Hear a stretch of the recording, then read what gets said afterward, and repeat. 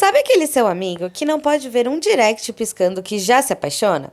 Casa em 2 meses, termina do nada e ainda fala mal da ex? Acho que você deve conhecer alguém assim, né? Tá, agora imagina se esse cara mandasse em um país inteiro, tivesse o poder absoluto de cortar cabeças e uma obsessão tão bizarra por ter um filho homem que ele mudaria a religião de uma nação inteira só pra conseguir um divórcio. Pois é, meus amigos, hoje nós vamos falar do cara mais famoso e tóxico e perigoso e caótico de toda a história da humanidade. O rei Henrique VIII da Inglaterra. Esse homem não apenas quebrou a internet da época dele, que no caso era a Igreja Católica, mas também transformou a corte inglesa em um verdadeiro reality show de sobrevivência, onde o prêmio era continuar vivo e com a cabeça grudada no pescoço. Foram 6 casamentos, 2 decapitações provocadas por ciúme e paranoia, divórcios escandalosos, traições nos bastidores, cartas de amor secretas com desenhos eróticos e, claro, muita, mas muita fofoca de corredor. Agora pensa, quem que seria a próxima vítima? Quem estava subindo no conceito do rei e quem estava a um passo de conhecer o carrasco? Se acomoda aí, porque hoje a gente vai fundo nos detalhes mais bizarros, assustadores e nojentos da intimidade desse monarca. Mas antes, se você é novo por aqui, seja muito bem-vindo à História com Fofoca, o canal onde o passado perde a pose e a gente conta o que os livros didáticos de história têm vergonha ou nojo de expor. Meu nome é Larissa e eu já vou te dar a fofoca principal. Se você não se inscrever agora, vai perder os próximos babados da história mundial. Então faz o seguinte para ajudar a nossa comunidade a crescer. Clica no botão vermelho de se inscrever aqui embaixo. Deixa o seu like instalado, porque isso avisa o algoritmo do YouTube que esse conteúdo é puro ouro. E ative o sininho de notificações para não perder nenhuma fofoca semanal. Ah, e deixa um comentário aqui embaixo dizendo: eu não duraria um dia na corte do Henrique VIII. Isso ajuda demais nosso engajamento. E ó, deixa eu te lembrar de uma coisa muito importante também. Vocês lembram daquela nossa promessa super secreta de 500 inscritos? Que nem é tão secreta assim? Pois é, estamos chegando muito perto da meta. Se você caiu de paraquedas aqui e não tem a menor ideia do que eu tô falando, olha, faz um favor pra você mesmo. Quando acabar esse vídeo, clica no card em cima ou embaixo, ou vai lá na nossa descrição, que eu vou deixar o link direto também, e clica no vídeo sobre a laranja mecânica.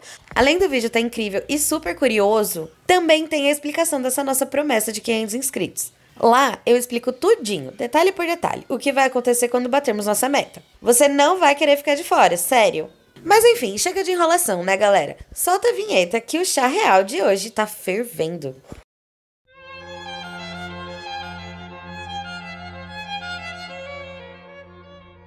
Bom, pra gente entender como Henrique VIII virou esse monstro paranoico, a gente precisa quebrar um mito. Esqueça aquela imagem clássica dele velho, gordo e ranzinza, tá? Quando jovem, Henrique era o verdadeiro crush da realeza europeia. Ele tinha mais de 1,80 m de altura, era extremamente atlético, musculoso, tinha cabelos ruivos brilhantes, era um excelente jogador de tênis, caçador e músico talentoso. Ele era um rei renascentista e era perfeito. Ele assumiu o trono e herdou também a esposa do seu irmão mais velho que tinha falecido, Arthur. O nome dela era Catarina de Aragão. Uma princesa espanhola, ultracatólica, extremamente inteligente e orgulhosa. No começo, o casamento foi um conto de fadas. Eles ficaram juntos por quase 20 anos. Henrique a respeitava tanto que, quando viajava para a guerra, deixava Catarina governando a Inglaterra como regente. E aqui tem uma curiosidade sobre a ostentação desse homem. O Henrique gastava o dinheiro do reino como se não houvesse amanhã. Ele mandou construir e reformar mais de 50 palácios. Tinha uma coleção de mais de 200 tapeçarias de ouro e o seu guarda-roupa era tão caro que ele andava literalmente coberto de diamantes e pérolas. Ele chegou a organizar um evento chamado o Campo do Tecido de Ouro. Um encontro político com o rei da França, onde tudo, desde as tendas até as roupas dos servos, eram feitos de fios de ouro puro, só para impressionar. Mas toda essa riqueza não comprava o que ele mais queria: um herdeiro homem para a dinastia Tudor. Catarina engravidou pelo menos 6 vezes, mas quase todos os bebês nasceram mortos ou morreram poucos dias após o parto. E aqui entra uma teoria médica profunda e chocante. Cientistas e historiadores modernos analisaram o histórico médico de Henrique e desconfiam que o rei tinha um grupo sanguíneo raríssimo chamado Kell positivo. Quando um homem tem esse sangue e engravida uma mulher que é Kell negativo, o primeiro bebê nasce saudável, mas os próximos filhos são atacados pelos anticorpos da mãe ainda no útero, causando perdas gestacionais tardias ou mortes neonatais. Ou seja, A culpa de não ter filhos homens não era das esposas, mas do próprio sangue amaldiçoado do rei. Mas, na época, claro, a culpa era dela. Frustrado com a corte sussurrando que Deus o estava castigando por ter casado com a viúva do irmão, Henrique se apaixonou perdidamente por Ana Bolena. Ana jogou o jogo da sedução no nível mestre. O Henrique já tinha sido amante da irmã mais velha de Ana, Maria Bolena, e achou que Ana seria apenas mais uma distração fácil. Só que Ana disse o maior não da vida do rei. Ela falou: "Comigo você só deita se tiver uma aliança no meu dedo e uma coroa na minha cabeça." Diva. Henrique VIII enlouqueceu de paixão. E aqui vai mais uma fofoca. Porque assim, as cartas secretas que Henrique escrevia para Ana estão trancadas até hoje no Vaticano.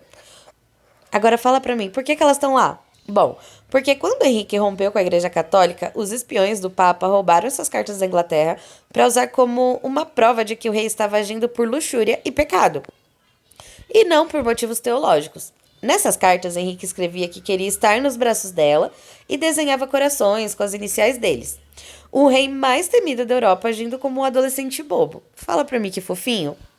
Agora, pra casar com a Ana, ele fez o maior exposed da história da religião. Rompeu com o Vaticano, confiscou todas as riquezas dos mosteiros católicos na Inglaterra, criou a igreja anglicana e se autodeclarou o chefe supremo da religião. Tudo isso por um divórcio. Ana finalmente conseguiu a coroa em 1533, mas o karma não falha, gente. Ela também não deu o tão esperado filho homem ao rei. Ela deu à luz a princesa Elizabeth e depois sofreu várias perdas gestacionais, provavelmente por causa do sangue Kel do rei. A mesma coisa que aconteceu com a Catarina. A paixão de Henrique virou um ódio paranoico, porque assim, os corredores de Hampton Court fervilhavam com fofocas bizarras. Diziam que a Ana tinha enfeitiçado o rei com poções, que ela tinha uma verruga enorme no pescoço que escondia com joias, que tinha 6 dedos em uma das mãos. E na época isso era sinal de bruxaria, tá, gente?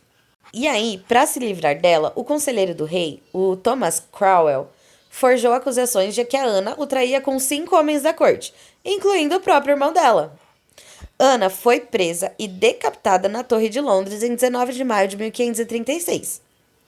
Até hoje, funcionários e turistas do palácio de Hampton Court e da Torre de Londres juram de pé junto que o fantasma da Ana assombra corredores. Ela ficaria caminhando sem a cabeça ou carregando a cabeça debaixo do braço. Agora, abre espaço para a história nojenta que ninguém te contou na escola.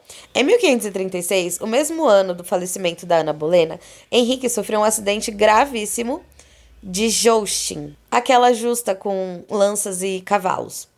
O cavalo dele, todo de armadura, caiu por cima da perna do rei. Henrique ficou desmaiado por umas 2 horas. Ele sobreviveu, mas esse acidente abriu uma ferida terrível e incurável na sua perna. Tipo uma úlcera varicosa crônica. Essa ferida infeccionava o tempo todo. Os médicos da época achavam que tinham que manter a ferida aberta para os maus humores saírem. Eles queimavam a perna do rei com ferro quente e espremiam a infecção diariamente. Gente, outros tempos, né? O cheiro da perna do Henrique VIII era tão podre e insuportável que dava para sentir de longe. Os cortesãos sabiam que o rei estava chegando pelo rastro de carniça no ar. Sem poder se mexer, ele descontou na comida. A dieta diária de Henrique incluía cerca de 5.000 a 7.000 calorias por dia. Ele comia carne de cisne, pavão, porco-espinho, baleia, tortas de carne gigantescas e bebia galões e galões de cerveja e vinho doce. Ele odiava vegetais, porque achavam que salada crua causava doenças. Não, fala pra mim. Vocês já devem esperar o resultado, né? O rei desenvolveu uma gota severa, diabetes e uma prisão de ventre tão brutal que ele passava dias gritando de dor no banheiro. Existia um cargo na corte chamado Groom of the Stool, que seria o noivo das fezes. Sabe qual era? Sabe qual era a função desse cara? Sabe qual era a função desse nobre de altíssima confiança? Limpar o bumbum do rei. Desculpa. Ai, ai. Limpar o bumbum do rei Henrique VIII depois que ele usava o vaso sanitário de veludo e examinar o cocô do monarca para ver se ele estava bem de saúde. Igual a gente faz com o bebezinho? Pois é. E pasmem, as pessoas brigavam na corte para conseguir esse emprego, porque significava ficar sozinho com o rei, conversando sobre segredos de Estado, enquanto ele fazia suas necessidades. Bom, mas a fila de casamento precisava andar, né? Apenas 11 dias depois da decapitação da Ana Bolena, Henrique casou com a sua terceira esposa, que seria a Jane Seymour. Ela era calma e submissa. Jane finalmente deu a Henrique o que ele mais queria, um menino, o príncipe Eduardo. Mas ela morreu poucos dias após o parto devido a algumas infecções. Então Henrique ficou arrasado e ela foi a única esposa que ganhou um funeral de rainha. Depois de alguns anos, o rei precisava de uma aliança política. Então, o Thomas Cromwell achou uma pintura linda de uma princesa alemã chamada Ana de Cleves e mostrou para o rei.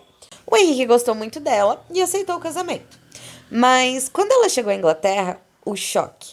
O Henrique achou ela feia, disse que ela tinha corpo mole e apelidou ela pelas costas como a Égua de Flandres. Ele simplesmente não conseguia consumar o casamento. Mas a Ana de Cleves foi a mais esperta de todas. Aceitou o divórcio sem reclamar, ganhou uma pensão milionária, vários palácios e virou a irmã querida do rei. Sobreviveu e ficou rica. Quem pagou o pato foi o conselheiro de Cromwell, que foi decapitado só por ter arranjado esse casamento ruim. Mas Henrique, mesmo velho, gordo, de quase 180 quilos, precisando de guindastes para ser içado para cima do cavalo e exalando aquele cheiro de carne podre da perna, queria uma novinha, né? Ele se casou com a quinta esposa, Catarina Howard, uma adolescente de 17 anos. Ela achava o rei um monstro repulsivo e começou a ter um caso secreto com um jovem cortesão bonitão, que seria o Thomas Culpeper. As cartas de amor secretas de Catarina para o amante foram interceptadas pelos espiões da corte. Quando Henrique descobriu que estava sendo traído, ele chorou de raiva e exigiu vingança.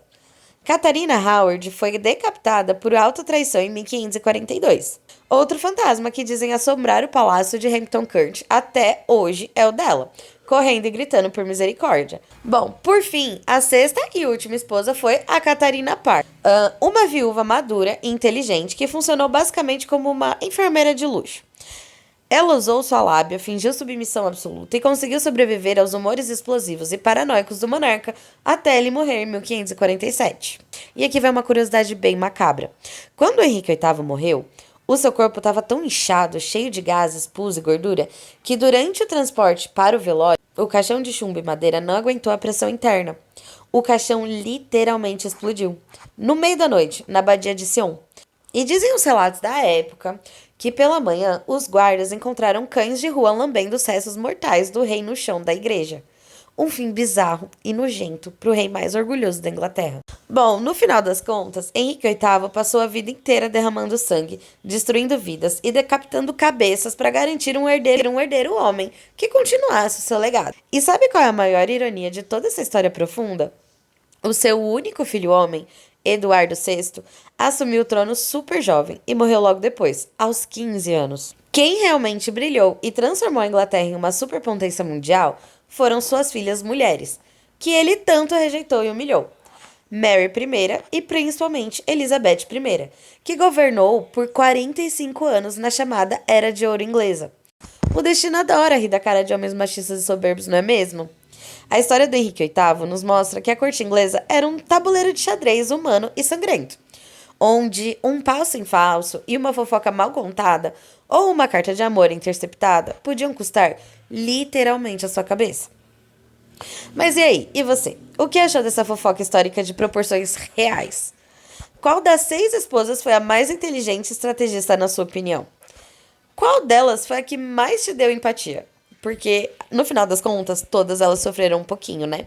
Deixa aqui nos comentários, eu vou ler e vou responder todo mundo que eu conseguir. Não esquece de olhar o vídeo da Laranja Mecânica para entender os mistérios da nossa promessa de 500 inscritos, beleza? Deixa seu like e já se inscreve no nosso canal também.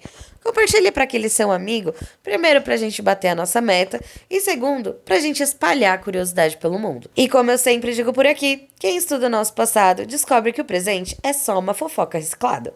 Um beijo no coração de todo mundo, até o próximo babado da história. Tchau, tchau!